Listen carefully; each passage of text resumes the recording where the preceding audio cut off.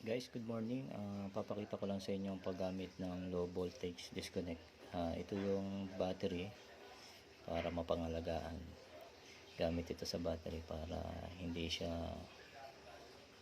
ma-discharge at hindi rin siya masira. Itong kaliwa, pang set siya kung kailan mo siya papatayin.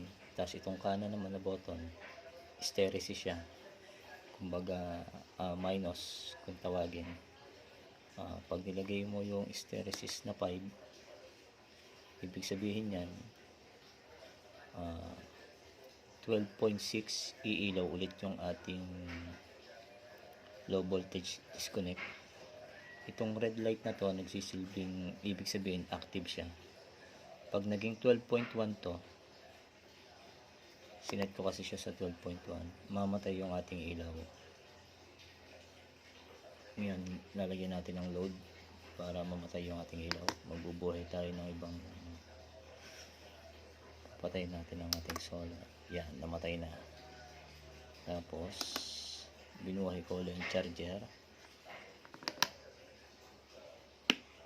Pag pumatak siya ng 12.6, mabubuhay ulit yung ating low voltage disconnect. Yan, nabuhay ulit siya. Ang pagsiset naman ito, double click mo lang to, automatic na yan. 11.9, ganyan. Pag tinaasan mo siya,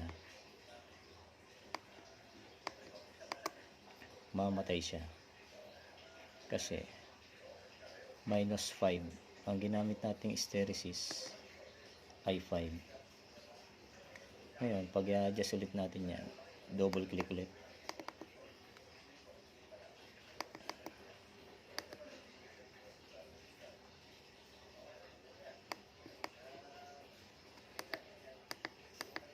Gawin natin 12.1 para umilaw ulit.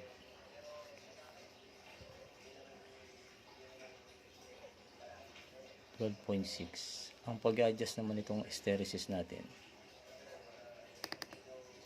pwede mo naman siyang gawing 0. Wala namang problema doon. Kaso hindi makapagpahinga yung ating battery. Dapat nga habaan mo pa. May isa pa rin tong gamit na gustuhan ko dito. May timer to kung tawagin.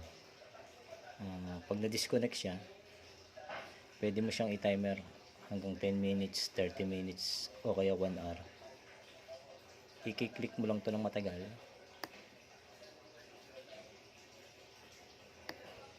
Yan ang timer. Nakaset siya sa 1 minute. Kung gusto mo, set na yun. Antayin mo lang siya mawala. Yun lang guys. Maraming salamat.